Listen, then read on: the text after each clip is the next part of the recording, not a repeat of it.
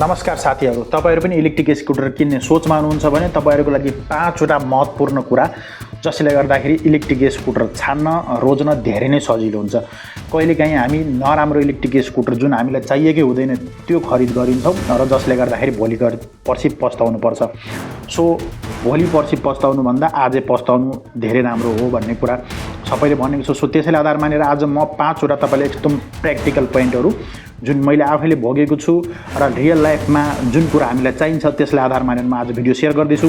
So तपाईहरु पनि हाम्रो युट्युब च्यानलमा पहिलोचोटि भिजिट गर्दै हुनुहुन्छ भने च्यानललाई सब्स्क्राइब गर्नुस्। म पंकज र तपाईले हेर्दै हुनुहुन्छ टेक्निकल बुक युट्युब च्यानल।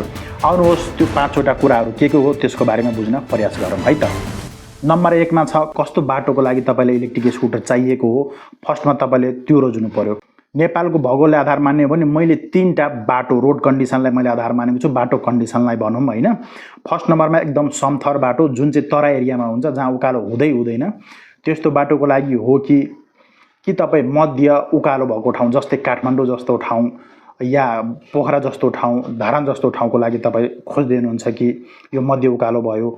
तेस्रो नम्बरमा छ उकालो मात्र भएको ठाउँ जस्तै नुवाकोट गोरखा धादिङ यस्तो ठाउँहरु उकालो ठाउँहरुमा मात्रै पर्छ भने त्यस्तो ठाउँको लागि इलेक्ट्रिक स्कुटर रोज्दै हुनुहुन्छ कि तपाईले एकदमै महत्त्वपूर्ण कुरा भनेको बुझ्नै पर्ने भनेको म कुन ठाउँबाट हो त।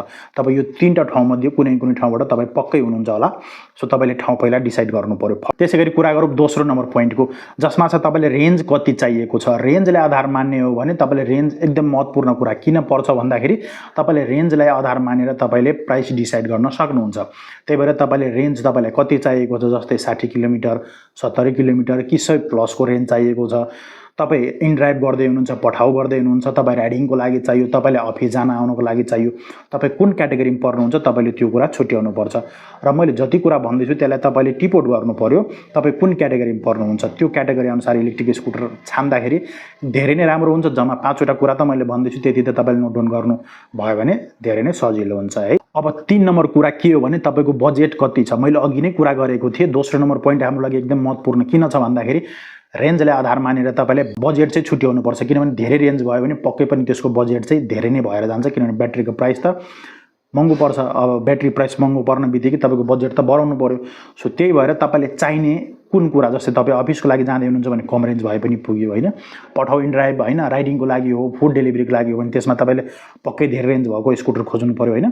त्यही भएर तपाईले तेस्रो नम्बर पोइन्ट भनेको तपाईले बजेट चाहिँ छुट्याउनु पर्यो। तपाईको बजेट 1.5 लाख हो 2 लाख हो 3 लाख हो कुन क्याटेगोरीको तपाईले स्कुटर खोज्दै हुनुहुन्छ त्यो तपाईले छुट्याउनु पर्यो। तपाईको बजेट चाहिँ कति छ। मान्ले मेरो बजेट चाहिँ 1.5 लाख छ भने मैले त्यस्तै लेभलको स्कुटर हेर्छु कुन छ मेरो 1.5 लाखमा आउने कुन ब्रान्डहरु छ त्यस्तो हेर्ने क्या।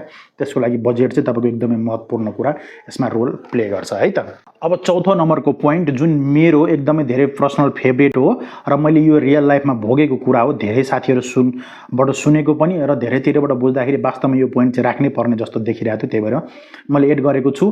कुनै पनि इलेक्ट्रिक स्कुटर कम्पनीको कुनै एउटा यस्तो मोडल जुन चाहिँ 3 देखि 5 वर्षसम्म नेपाली बजारमा चलिसकेको छ। भन्नुको अर्थ मान्ले कुनै ए भन्ने ब्रान्डको कुनै बी भन्ने इलेक्ट्रिक स्कुटर छ जुन 3 देखि 5 वर्षदेखि सेम मोडल चल्दै आइराखेको छ के। त्यस्तो मोडल भयो भने तपाईले त्यसको स्पेयर पार्ट्स र सर्भिस सजिलै पाउन सक्नुहुन्छ। जस्तै स्पेयर पार्ट्स किन भन्दाखेरि 3 वर्ष 5 वर्ष भइसक्यो आएको मोडल त्यसले गर्दाखेरि त्यसले केही समस्या फेस गरेको हुन्छ र त्यसको समस्याको सोल्भ पनि भइसकेको हुन्छ।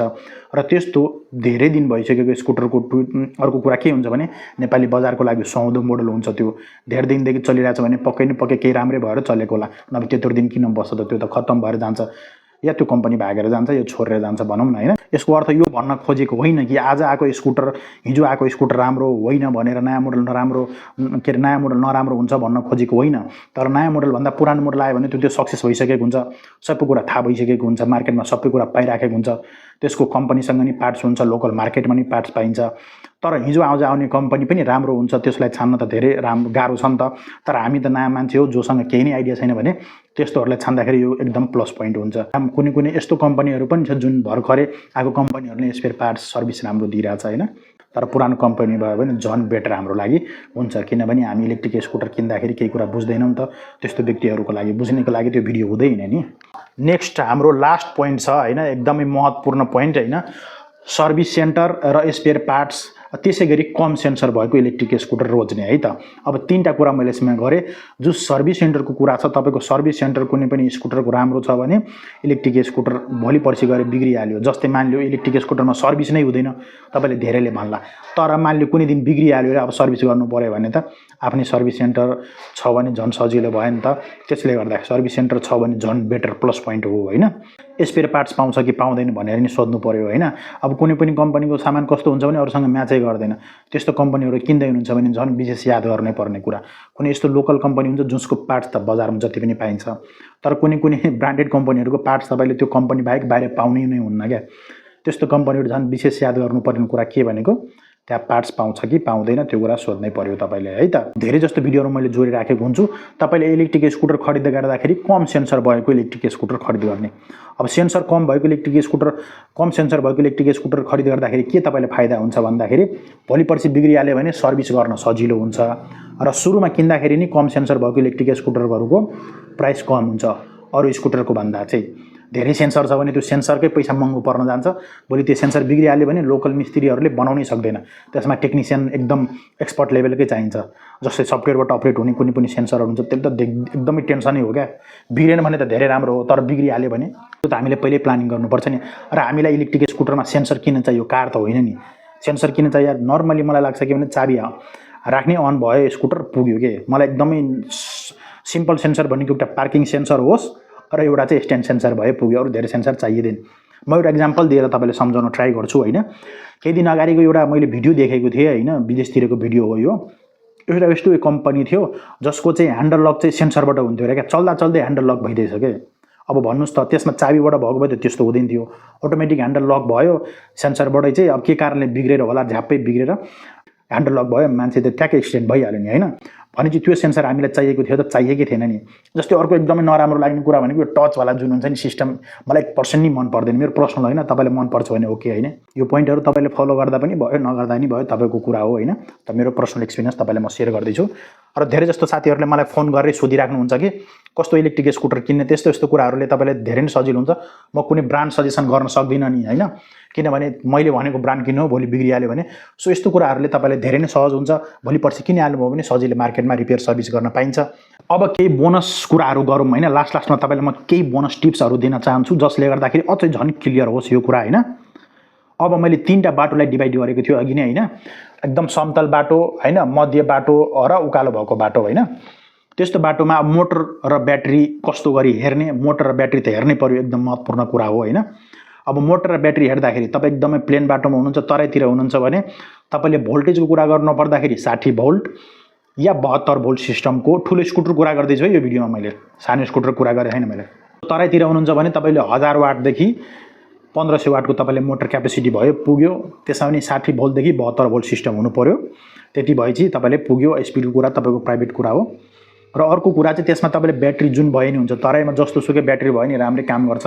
तपाईँ लिड एसिड राख्नुहोस्, ग्राफिन राख्नुहोस्, लिथियम राख्नुहोस्, जे मन हुन्छ त्यो राख्नुहोस्, तपाईँको बजेट अनुसार त्यसलाई मिलाउन सक्नुहुन्छ। फेरि हामी जाउँ काठमाडौँतिरको बाटो जसलाई चाहिँ हामी मध्य पहाडी बाटो भन्छौँ या मध्यम वर्गको बाटो भनौँ होइन, जहाँ चाहिँ उकालो पनि ओह्रालो पनि छ, दुइटै मिक्स भएको बाटो छ भने तपाईँले 1500 वाटदेखि 3000 वाट मोटर क्यापेसिटी भएको स्कुटर खरिद गर्नुभयो भने धेरै नै राम्रो हुन्छ। र त्यसमा चाहिँ सकेसम्म 72 भोल्ट सिस्टम नै खरिद गर्नु होला है त।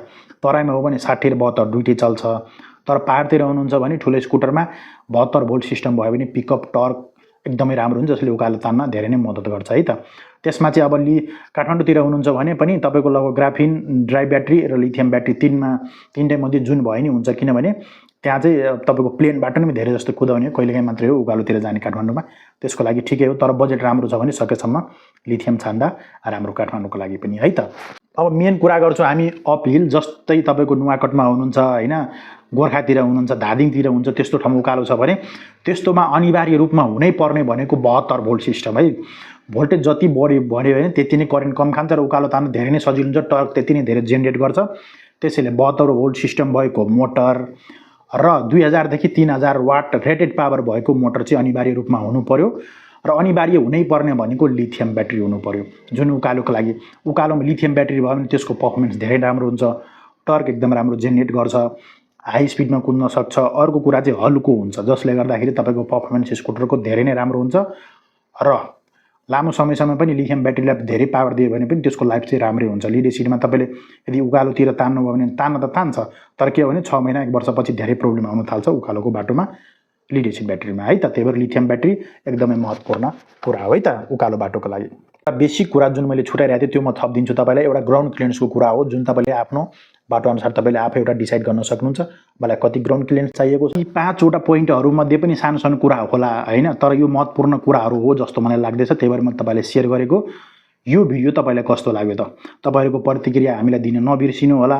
तपाईँहरूको प्रतिक्रियाले गर्दा भयो भने राम्रो रेस्पोन्स आयो भने यो भिडियो अर्को यसको रिप्लाई भिडियो पनि बनाउँला होइन। के कुरा छुटेको छ र के कुरा थप्नु पर्यो मेरो पर्सनल एक्सपिरियन्समा तपाईँहरूले सेयर गरेको। यो भिडियो राम्रो लागेको छ भने तपाईँहरूले पक्कै पनि लाइक गर्नुहोस्, च्यानललाई सब्सक्राइब गर्नुहोस् र सबैजना आफ्नो साथीहरूलाई यो भिडियो सेयर गर्नुहोस्। हस् त, धन्यवाद। भेट्ने छु नेक्स्ट भिडियोमा। आजलाई यति मात्रै। Okay, bye bye and take care.